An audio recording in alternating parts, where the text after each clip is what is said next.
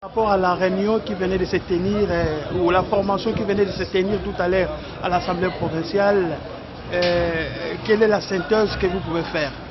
Bon, en fait, la synthèse que je pourrais faire par rapport à la formation que nous venons d'avoir, c'est qu'il y a une formation de renforcement des capacités des élus provinciaux, surtout par rapport à notre mission celle de faire les édits.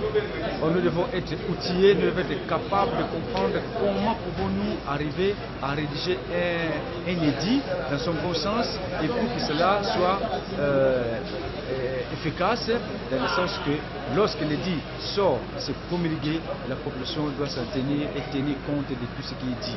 Donc pour ce qui est du genre, c'était quand même normal parce que pendant que les gens pensent que le genre signifie la femme, on a compris que le genre signifie toutes les couches de personnes, hommes, femmes, jeunes, handicapés, tout ça. Alors par rapport à la formation, il nous a été demandé de faire en sorte qu'il y ait toujours équilibre entre tous ces mondes-là qu'on vient de citer, parce que ça touche toute la population.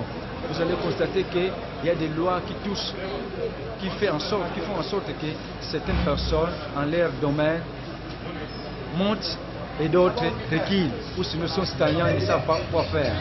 Donc c'est pour laquelle on nous demande à chaque fois, avant de prendre une décision, nous devons faire en sorte que nous puissions prendre des décisions équitablement en fonction de ce sur qui ces décisions vont être appliquées.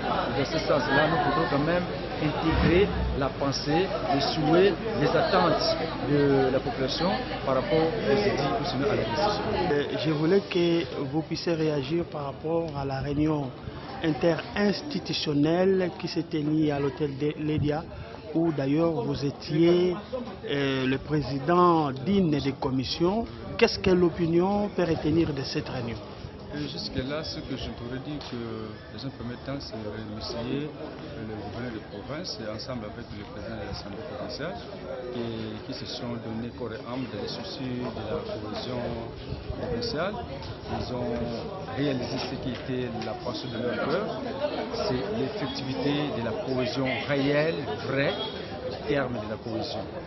Raison pour laquelle, à ce jour-là, à Lédia, était organisé cette année pour la première fois pour la législature actuelle et parler autour de certaines questions cruciales qui touchent la population du Congo central. On a eu à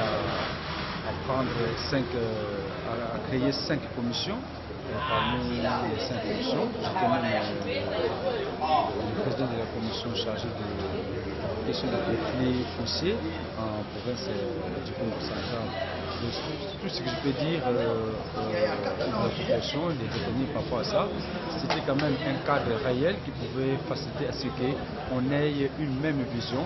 Lorsqu'il faut parler de la population, travailler pour la population, il faut qu'il y ait une même vision, ce qui est la cohésion entre l'exécutif provincial qui est censé exécuter, c'est le gouvernement provincial d'ailleurs, et nous, l'exécutif pouvoir législatif, l'organe délibérant qui est l'Assemblée provinciale d'une part. Et parlons-nous des recommandations. Oui, au fait, pour ce qui est des recommandations dans son ensemble, c'est qu'il faudrait récupérer les 5 commissions. Il sera un peu difficile de prendre toutes les recommandations données parce qu'on n'était pas outillé là-dessus. En résumé, ce qui concerne ma commission, parce que c'était le président, oui. J'ai pu détecter 5 causes réelles, vraies, parmi lesquelles le facteur humain, donc la justice, rend certaines choses difficiles. La justice fait en sorte que la manière de trancher les problèmes, les conflits fonciers, il y a deux poids, deux mesures tantôt. Non seulement ça, il a été constaté que parmi les causes, il y a aussi question des facteurs de cadastre qui sont censés interpréter et faire comprendre à la population que la terre, les sols, les sous-sols appartiennent à l'État et que la population n'a que les droits de jouissance. Avec ces droits de jouissance, aujourd'hui il y a une confusion, n'importe qui peut faire n'importe quoi, celui-ci peut vendre comme il veut. Or, ce n'est pas ce qui est dit. Mais parmi les recommandations, on a pu quand même dire à l'Assemblée provinciale de bien suivre ce qui est problème lié au foncier et les causes raison pour laquelle, pour ce qui concerne les équipes sociales, il se tient à faire quelque chose là-dessus. Espérons qu'il y aura des réponses.